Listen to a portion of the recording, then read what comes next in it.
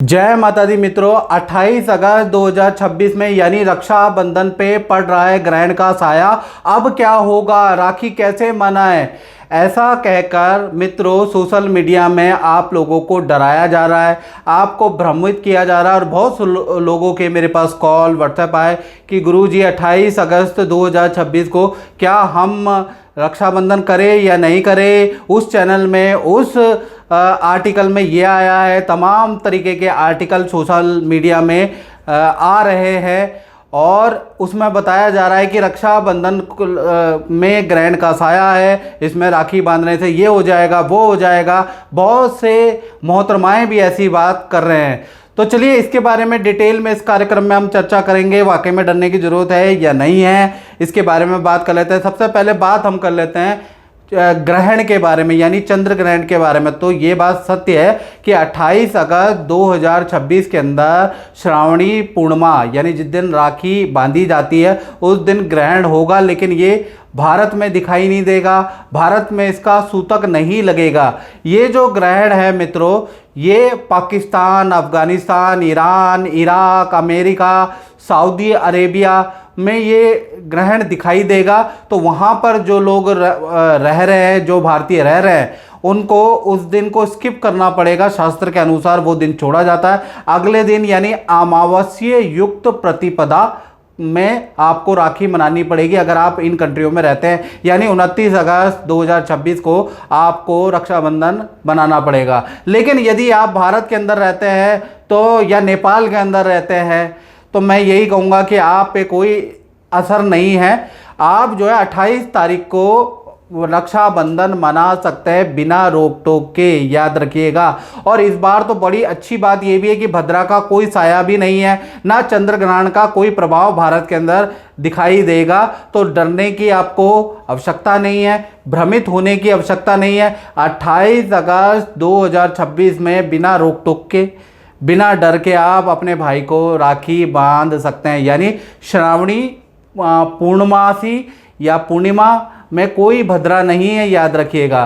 साथ ही साथ अब हम चर्चा कर लेते हैं कि रक्षाबंधन में राखी बांधने का शुभ मुहूर्त क्या होना चाहिए। तो मैं आपको बताऊं, आप वैसे तो रक्षाबंधन पे क्योंकि भद्रा तो है नहीं, पूरे समय आप राखी बांध सकते हैं, सिर्फ राहु काल को आपको छोड़ना है। सबसे पहले फिर भी बहुत सारी मुहूर्त पे मानते हैं, तो मुहूर्त के बारे में चर्चा कर लेता हूँ। सबसे बेस्ट मुहूर्त है अमृत मुहूर्त में अगर आप रक्षा सूत्र बांधते हैं भाई को तो अति उत्तम रहता है। वो है सुबह 9:10 से लेकर सुबह 10 और कहीं ना कहीं 46 मिनट तक जो है अमृत मुहूर्त है। इसमें आप अगर मैक्सिमम महिलाएं मैक्सिमम बांधे भाई को तो अति उत्तम है।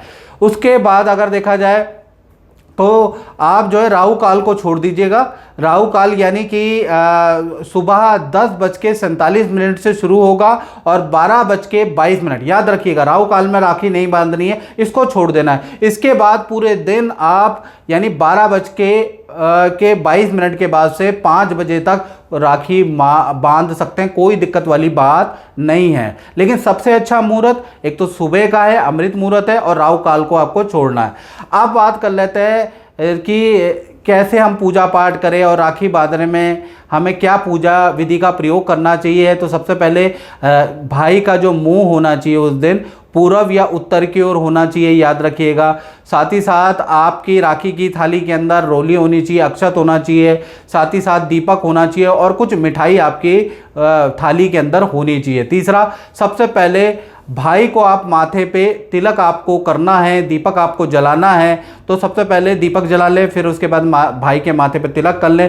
तिलक करते हुए अगर आपको कोई मंत्र आता है तो अति उत्तम है, नहीं तो ओम का जाप करते हुए ओम ओम ओम बोलते हुए भाई को तिलक करें। फिर उसके बाद आप दीपक से भैया की आरती उतारे, यानी जो जला हुआ दीपक है उससे 3 बार 5 बार 7 बार ऐसे आरती आपको करनी है भाई की। उसके बाद आपको भाई की दाई कलाई में यानी राइट हैंड की जो कलाई है उसमें मंत्र बोल रहा है। एक मंत्र होता है, ये न बद्धो बलि राजा दानवेंद्रो महाबला तेन त्वाम प्रतिबंधना में रक्षे माचला माचला। ये मंत्र बोल सकते हैं। शरो मंगल मांगल्ये शिवे सर्वार्थ साधिके शरणे त्र्यंबके गौरी नारायणी नमोस्तुते। ये भी मंत्र का जाप कर सकते हैं। या आपको कोई भी मंत्र आता हो, उस मंत्र मनी मन में या बोल के उच्चारण करके भाई के हाथ में आपको रक्षा सूत्र बांधना है। उसके बाद भाई को मिठाई खिलानी है और इस तरह से आपका रक्षा बंधन का पर्व पूरा होता है। तो मित्रों, इस कार्यक्रम में बस इतना ही। मुझे दीजिए इजाज़त। जय माता दी। जय माता दी। गीता जी, गीता जी, मैं आपसे ये पूछना चाहता हूँ कि आपका जो खुद का अनुभव है वो कैसा रहा, आप थोड़ा बताएंगे? हाँ, नमस्कार पंडित जी, मेरा नाम है गीता। मैं पंडित जी को 16 साल पहले से जानती हूँ।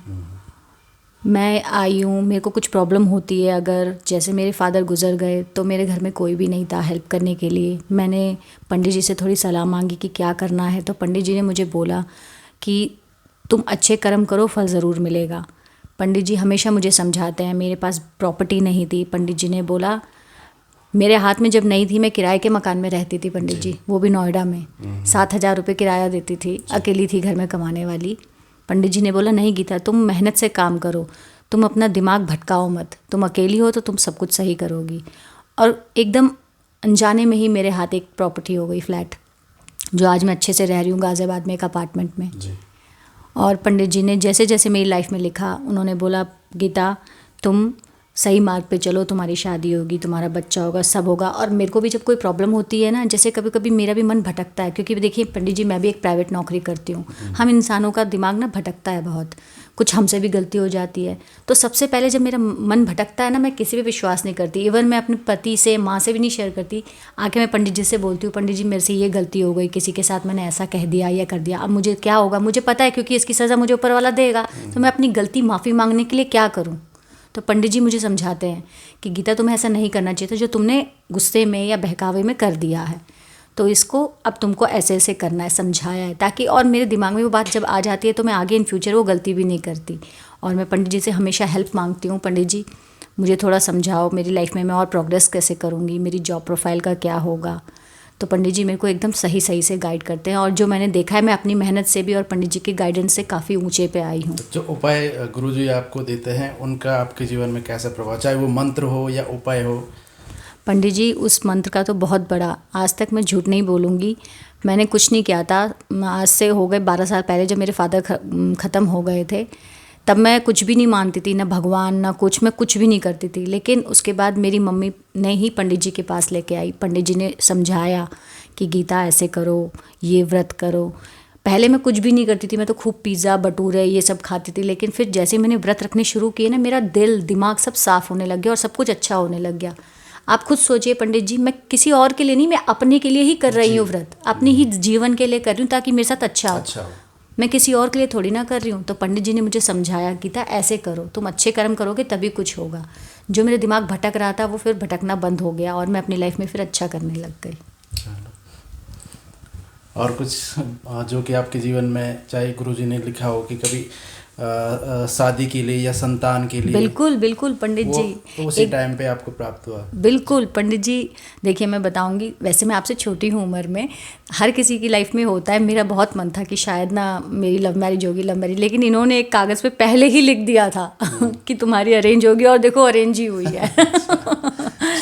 और मेरा बच्चा भी एकदम अच्छे से हुआ, जबकि मेरे को नहीं पता था कि मैं जॉब करूँगी लाइफ में कंटिन्यू। पंडित जी ने सब बोला कि नहीं गीता, तुम्हारी लाइफ में जॉब है, तुम जॉब करती रहोगी, तुम्हारा बच्चा होगा, अच्छे से सकुशल होगा। और तुम, एक बात इन्होंने और मुझे बोली थी कि गीता, तुम अपनी ज़िंदगी में कभी किसी से हेल्प नहीं मांगोगी, जो बिल्कुल उन्होंने मेरे कागज़ पे बिल्कुल सही लिखा, बिल्कुल। और इनके सारे कागज़ जो उन्होंने मेरे को 16 साल से लिख के दिए हैं ना, वो सारे कागज़ मैंने संभाल के रखे हैं, क्योंकि इनका लिखा हुआ बिल्कुल सही निकला है पंडित जी। चलो, माता रानी से प्रार्थना करते हैं कि आपका जीवन बिल्कुल बिल्कुल सुखमय हो और गुरु जी की कृपा आशीर्वाद बना रहे। बिल्कुल बिल्कुल, जय माता दी।